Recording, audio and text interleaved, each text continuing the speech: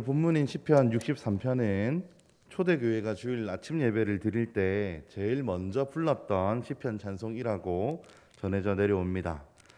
4세기의 교부였고 콘스탄티노플의 대주교였던 황금의 입이었던 별명을 가지고 있었던 그리소스톰도 이 시편을 특별히 좋아했다고 합니다. 그는 시편 전체의 정수가 이 시편에 녹아져 있다 이렇게 이야기했습니다. 종교개혁자 칼빈의 후예였던 데오르트 베자도 잠을 이루지 못할 때 이 시편을 암송하면서 기쁨과 즐거움이 충만해지는 경험을 누렸다고 그렇게 전해져 내려옵니다.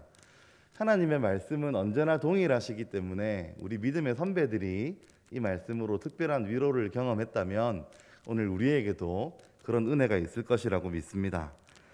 오늘 63편의 표제어는 다윗의 시 유다 광야에 있을 때에 라고 되어 있습니다. 오늘 이 표제어로 시의 배경을 좀 추측해보면 다윗이 광야에 있을 때니까 다윗이 사울에게 쫓겨서 광야에 있을 때이거나 압살롬의 반역으로 예루살렘에서 쫓겨나 광야에 있을 때 둘 중에 하나일 것 같습니다. 그런데 오늘 11절 말씀을 보시면 왕은 하나님을 즐거워하리니 라고 하는 표현이 등장하는 것으로 보아서 이 시편은 왕이었던 다윗이 압살롬의 반역으로 쫓겨났던 상황을 배경으로 가지고 있다고 우리가 추측해 볼 수 있겠습니다. 우리가 이 시편을 배경을 확인하고 나서 이 시편을 읽을 때 참 놀라운 부분은 지금 다윗이 압살롬의 반역으로 예루살렘에서 쫓겨나서 도망치고 있는 상황에서 썼던 시라고 하면 그런 것에 대한 건짐이나 그런 원망이나 불평들 같은 것들이 이 시편에 등장할 법도 한데 그런 내용들이 이 시편에 등장하지 않고 있습니다. 잃어버린 왕이나 명예나 다시 궁으로 돌아가는 일들에 대한 것들이 언급되고 있지 않습니다. 오히려 이 시편을 읽어보면 다윗의 마음은 그 어느 때보다도 간절하게 하나님을 향하고 있습니다. 나의 생명까지 포함해서 그 무엇보다도 하나님 한 분이면 충분하다는 그런 고백을 올려드리고 있습니다. 여러분 1절 말씀을 보시면 다윗이 처해져 있는 배경을 잘 드러내 보여줍니다. 우리 1절 말씀 한번 함께 읽어볼까요? 시작. 하나님이여 주는 나의 하나님이시라. 내가 간절히 주를 찾되 물이 없어 마르고 황폐한 땅에서 내 영혼이 주를 갈망하며 내 육체가 주를 앙모하나이다. 아멘. 지금 다윗이 어떤 상황에 놓여져 있습니까? 광야입니다. 물이 없어서 마르고 황폐한 땅입니다. 여러분 광야의 태양은 뜨겁습니다. 한 방울의 물이 아쉬운 곳이고 메마르고 건조한 모래바람이 불어오는 곳이 광야입니다. 여러분 이 광야라는 환경이 지금 이 환경을 넘어서서 다윗의 영적인 상태를 보여주고 있습니다. 얼마나 간절한지 얼마나 하나님을 찾는지 이 광야라고 하는 장소가 상징적으로 다윗의 마음을 보여주고 있습니다. 다윗은 하나님이여 주는 나의 하나님이시라 이렇게 고백합니다. 강조하고 싶은 부분은 나의입니다. 나의 하나님. 다윗의 개인적이고 친밀함 이런 고백입니다.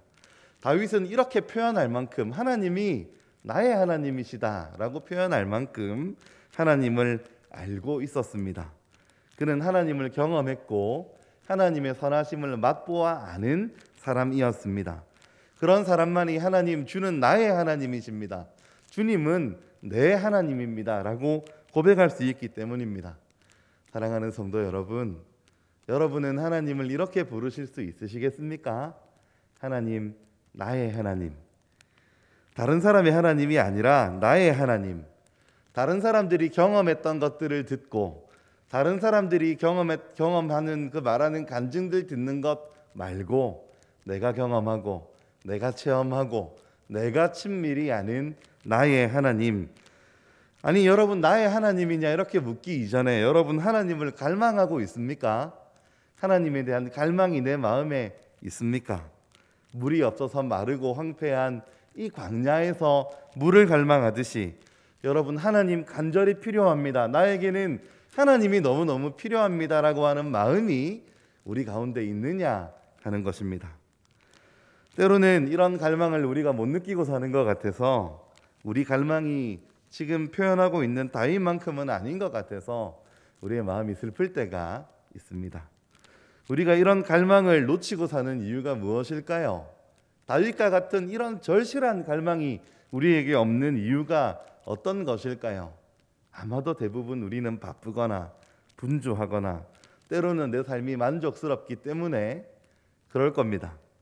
하나님께서는 그런 우리를 멈춰 세우십니다. 때때로 어려움을 허락하십니다. 우리의 우선순위에서 하나님보다 세상이 앞설 때 하나님에 대한 우리의 갈망이 밀려나도록 허용하지 않으십니다. 그렇게 되면 우리가 쇠약해질 것을 하나님 아시기 때문에 때때로 우리를 세우시고 광야로 보내십니다. 금방 끝날 것 같았던 코로나19를 여러분 생각해 보시기 바랍니다. 정말 많은 것들이 멈춰서게 되었습니다. 코로나는 동일하게 우리에게 찾아왔습니다. 그런데 그 대응은 각자가 다를 것입니다. 여러분은 어떻게 대하고 계십니까? 이 코로나에 대해서 여러분 하나님께 어떻게 기도하고 계십니까? 이 곤란함을 벗어나게 해달라고 우리가 기도할 수 있을 겁니다. 당연한 기도이고 마땅히 그런 기도 드려야 할 것입니다. 그러나 이 시기에 어떤 권사님 저에게 말씀해 주신 것처럼 각자가 자기의 신앙을 점검하고 되돌아보는 기회로 삼으면서 하나님을 갈망하는 마음을 회복할 수도 있을 것입니다. 외적으로 보면 둘 다 하나님께 기도하는 것이지만 그 둘은 매우 큰 차이를 가지게 됩니다. 로이드 존스 목사님은 하나님 앞에서 사는 즐거움이라는 책 128페이지에서 참된 그리스도인은 역경을 통해 항상 하나님께 다가온다는 것입니다 라고 표현했습니다. 역경이나 고난이 모든 사람들에게 찾아오는 것은 같아도 대응하는 것은 각자가 다릅니다. 어떤 사람은 역경이 찾아올 때 하나님 앞에 원망하고 불평합니다. 그러나 어떤 사람은 역경과 고난이 찾아올 때 하나님을 더욱 갈망하고 하나님을 더욱 찾습니다. 평소에는 잘 모릅니다. 어려움이 없을 때는 그냥 얼마나 다른지 별로 차이 나지 않습니다. 그러나 사르는 불과 같은 어려움들이 찾아오면, 그가 광야로 내몰리면 그 믿음의 진위가 드러나게 됩니다. 하나님께서는 정말 중요한 것을 놓치고 살아가는 당신의 자녀들에게 고난을 허락하시고 그것을 깨우쳐 보게 하십니다. 우리 중에 이 코로나와 같은 상황을 먼저 경험한 사람이 누가 있겠습니까? 아무도 없죠. 그래서 많은 사역들이 할 수 없이 멈춰야 됐습니다. 그러나 하나님께서 멈춰 세우신 시간들을 통해서 우리는 우리가 드렸던 예배가 얼마나 소중한 것이었는지, 우리 속에 깊이 감추어져 있던 하나님에 대한 갈망이 얼마나 큰 것이었는지를 이 시간을 통해서 알고 깨닫게 됩니다. 하나님이 행하실 새 일에 대한 갈망도 가지게 됩니다. 다윗은 지금 그것을 하고 있는 것입니다. 어제까지 왕이었습니다. 그런데 지금은 아들 압살롬의 반역으로 궁에서 쫓겨나서 유대 광야를 거닐고 있습니다. 다윗이 이런 처지가 될 거라고 누가 감히 상상을 했겠습니까? 하지만 갑작스러운 고난, 마른 광야 한가운데 주저앉게 된 다윗은 자기가 과거에 누렸던 회복해야 될 왕위가 아니라 잃어버리고 살아왔던 자기 안에 있던 깊은 갈망들, 하나님을 향한 갈망들을 발견하게 됩니다. 오늘 이 말씀은 우리가 그냥 교인인 척, 성도인 척 살아가는 것을 허용하지 않습니다. 기독교의 중심으로 돌아오도록 우리를 촉구합니다. 하나님을 향한 갈망, 하나님을 만나고 싶어하는 그 마음, 이 곳으로 돌아오도록 우리를 독려하고 있습니다. 사랑하는 성도 여러분, 그렇기 때문에 많은 우리의 믿음의 선배들이 이 시편을 사랑했습니다. 마르고 황폐한 광야는 하나님에 대한 갈망을 일깨우고 본래의 우선순위로 우리를 돌아가도록 만드는 하나님의 학교입니다. 다윗은 하나님을 나의 하나님으로 경험했기 때문에 이런 고백을 할 수 있었습니다. 과거에서 성소에 만났던 하나님을 회상합니다. 메마른 광야, 여기와는 너무나도 달랐던, 그러나 그가 경험하고 목도했던 하나님의 영광과 은혜를 떠올리는 것입니다. 2절 말씀 한번 함께 읽어볼까요? 시작. 내가 주의 권능과 영광을 보기 위하여 이와 같이 성소에서 주를 바라보았나이다. 아멘. 메마른 광야에서 하나님을 향한 갈망이 깊어지면서 과거의 성소에서 하나님의 권능과 영광을 보고 큰 은혜를 누렸던 때를 생각합니다. 그때 얼마나 은혜가 가득했는지, 얼마나 기쁨이 충만했는지. 성소에서 주를 바라보았나이다 라고 하는 말은 백성들과 함께 예배드렸던 때를 회상하는 것입니다. 사랑하는 성도 여러분, 어려운 시기를 우리가 만날 때 과거에 하나님께서 나에게 베푸셨던 그 은혜를 떠올리는 것은 굉장한 도움이 됩니다. 특히 하나님의 자녀들은 나의 안에 있는 어떤 영적인 갈망을 발견할 때 과거에 처음 했던 그 큰 은혜를 떠올리기 마련입니다. 다윗이 지금 그렇게 하고 있고 3절 말씀을 고백합니다. 우리 3절 말씀 한번 함께 읽어볼까요? 시작. 주의 인자하심이 생명보다 나음으로 내 입술이 주를 찬양할 것이라. 아멘. 여러분, 인자하심이, 주의 인자하심이 생명보다 낫다고 하는 것이 무슨 의미이겠습니까? 우리가 이 가사는 참 찬양으로도 많이 부르는 가사인데, 여러분, 생명보다 소중한 게 있겠습니까? 생명이 제일 소중한 것인데, 그러나 이 생명은 잃어버릴 수 있는 것이라고 생각하면 하나님의 인자하심은 결코 잃어버려서는 안 되는 그런 영원한 것이라는 점에서 생명보다 낫고 소중한 것입니다. 사랑하는 성도 여러분, 이런 고백 들으실 수 있겠습니까? 하나님의 인자하심이 나의 이득보다, 나의 생명보다 더 낫다고 여러분 그렇게 고백하실 수 있으시겠습니까? 때로는 우리가 이런 찬양을 드리기도 하고 이런 고백을 하나님 앞에 드리기도 하는데 우리의 입술에만 머물러 있는 경우가 많은 것 같아요. 우리의 삶에서 그 능력이 나타나지 않을 때가 참 많이 있습니다.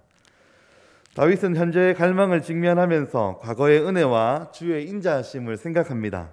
그리고 내 입술이 주를 찬양할 것이라고 이야기합니다. 하나님을 찬송하고 싶은 다윗은 점점 더 앞으로 나아가서 4절 말씀을 고백합니다. 이러므로 나의 평생의 주를 송축하며 주의 이름으로 말미암아 나의 손을 들리이다. 입술에서 끝나지 않고 평생의 찬송으로 손을 드는 몸짓으로 다윗의 찬양이 확장되고 있습니다. 주님의 인자하심 때문에 다윗의 갈망이 변해서 기쁨이 되고 있습니다. 5절은 이 기쁨의 절정을 보여줍니다. 골수와 기름진 것을 먹음과 같이 나의 영혼이 만족할 것이라. 나의 입이 기쁜 입술로 주를 찬송하되. 여러분, 오늘날은 골수와 기름진 것이 살찐다고 별로 건강에 좋지 않다고 여기지만 이 시대에는 가장 귀한 것, 가장 훌륭한 것이었습니다. 마치 영혼이 축제를 즐기는 것처럼 가장 좋은 것으로 만족하는, 기뻐하는 충만한 그 모습으로 그 입술로 주를 찬송하겠다 하는 것입니다. 6절부터 다윗은 현실로 돌아옵니다. 6절은 하나님을 향한 다윗의 갈망이 얼마나 절박하고 간절했는지를 보여주고 있습니다. 우리 6절 말씀 한번 함께 읽어볼까요? 시작. 내가 나의 침상에서 주를 기억하며 새벽에 주의 말씀을 작은 소리로 읊조릴 때에 하오리니. 아멘. 여러분, 침상에서라고 말하는 것은 밤이라는 뜻입니다. 다윗은 주를 밤에 기억했다고 합니다. 여러분, 기억한다는 말은 마음에 떠오르는 것을 깊이 생각하고 묵상한다는 겁니다. 다윗은 또 새벽에 주의 말씀을 작은 소리로 읊조린다고 말합니다. 읊조린다는 말은 묵상한다는 뜻입니다. 자기가 기억한 것을 생각하고 조용히 읊조리고 기도의 제목으로 삼는 일을 다윗이 합니다. 여러분, 시간대를 보십시오. 언제 그렇게 합니까? 밤에 하고 새벽에 합니다. 밤새도록 그렇게 한다는 것입니다. 여러분, 1절 말씀을 한번 보시면 내가 간절히 주를 찾되 이렇게 표현하고 있습니다. 이걸 킹 제임스 버전에서는 일찍 주를 찾되 이렇게 번역합니다. 그러니까 아침, 밤, 새벽에, 여러분 일찍이 다 합치면 거의 모든 시간에 주님을 향한 갈망을 가지고 있었음을 오늘 말씀을 통해 우리가 알게 됩니다. 7절입니다. 주는 나의 도움이 되셨음이라. 내가 주의 날개 그늘에서 즐겁게 부르리이다. 다윗은 주님의 인자하심과 그 도우심 때문에 주의 날개 그늘에서 즐겁게 부른다고 말합니다. 하나님은 영이시니 날개가 있으실 리가 없겠죠. 그러나 지금 다윗은 하나님을 상징하는 그룹이나 스랍들이 가진 날개를 보면서 이야기하는 것입니다. 하나님의 넓고 안전하신 품, 그 품을 상징하는 것입니다. 여러분, 이런 하나님을 어떻게 따르지 않을 수 있겠습니까? 그래서 8절에서 다윗은 나의 영혼이 주를 가까이 따르니 주의 오른손이 나를 붙드시거니와 이렇게 고백합니다. 여러분, 나의 영혼이 주를 가까이 따른다, 이 표현은 단순한 것 같지만 여러분, 이런 의미가 있습니다. 창세기에서 남자가 부모를 떠나 그의 아내와 합하여 둘이 한 몸을 이룰지로다 라고 말씀할 때 합하여 라고 하는 단어가 가까이 따른다는 말입니다. 마치 부부가 한 몸이 되어서 서로에게 충성스러워야 한다는 이 친밀한 관계처럼 내가 주를 가까이 따르겠다는 겁니다. 이 단어는 또 룻기에 등장합니다. 룻이 시어머니 나오미를 떠나지 않고 시어머니와 함께 유대 땅으로 돌아올 때 사용된 단어입니다. 오르바는 그의 시어머니에게 입맞추되 룻은 그를 붙쫓았더라. 여러분, 붙쫓았더라, 가까이 따르니 같은 단어입니다. 여러분, 우리는 룻이 얼마나 신실하게 시어머니 나오미를 섬겼는지를 압니다. 말씀을 통해서 지금 그런 심정으로 다윗이 말하는 겁니다. 나의 영혼이 주를 가까이 따르니 정말 곁에서 가까이 친밀하게 주님을 사랑하고 섬기고 충성하겠습니다라는 말입니다. 그때 자기를 붙들어 주시는 하나님의 능력의 오른손을 다윗을 알고 있습니다. 9절에서 11절에는 분위기가 전환되고 있습니다. 원수들이 등장하지요. 여러분, 9절 10절 말씀 한번 함께 읽어볼까요? 시작. 나의 영혼을 찾아 멸하려 하는 그들은 땅 깊은 곳에 들어가며 칼의 세력에 넘겨져 승냥이의 먹이가 되리이다. 아멘. 여러분, 억울한 일을 만날 때, 힘든 일들을 만날 때 우리를 힘들게 하는 그 사람에게 우리의 마음이 고정될 수밖에 없는 것이 사람의 마음입니다. 여러분, 어려운 것 만날 때 그 어려운 상황에 대하여 고민하고 우리가 거기에 대하여 깊이 생각하는 것, 사람이면 마땅히 그럴 것입니다. 그런데 지금 다윗은 하나님을 바라보았고 하나님에 대한 은혜를 경험했고 은혜를 맛보게 된 이후에야 비로소 지금 원수를 언급하는 것입니다. 초점이 어디에 있습니까? 원수를 향한 저주에 있는 것이 아닙니다. 하나님께 있는 것입니다. 묵상하는 묵상의 순서가 있다고 하는 것입니다. 우리를 대적하고 우리를 힘들게 하는 사람들에게 마음을 빼앗기면 하나님이 보이지 않습니다. 저는 여러 차례 그런 경험을 하였습니다.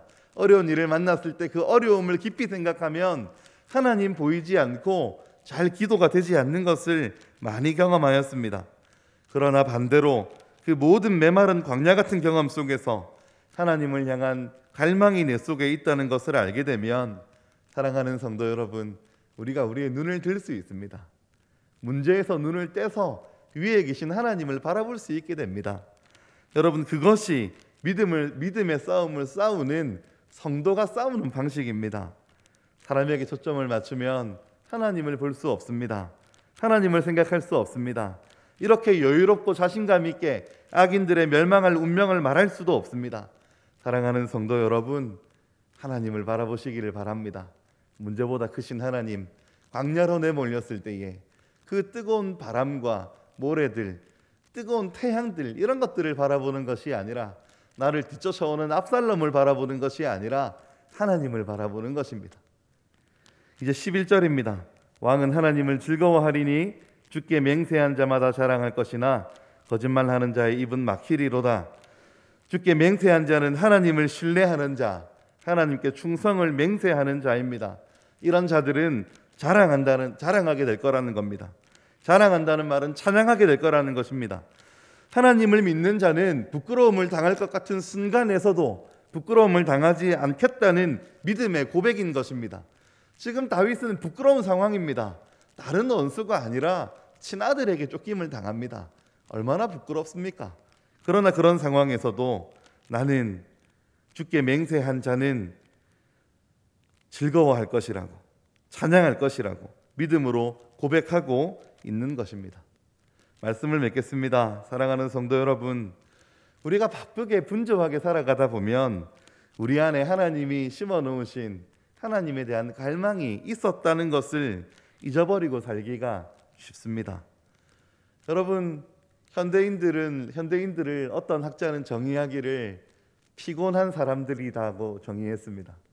피곤합니다. 지쳤습니다. 다양한 방식으로 우리의 마음을 채워보려고 하지만 우리의 영혼의 갈망은, 성도의 마음의 갈망은 주님이 아니고서는 만족하는 법을 모릅니다.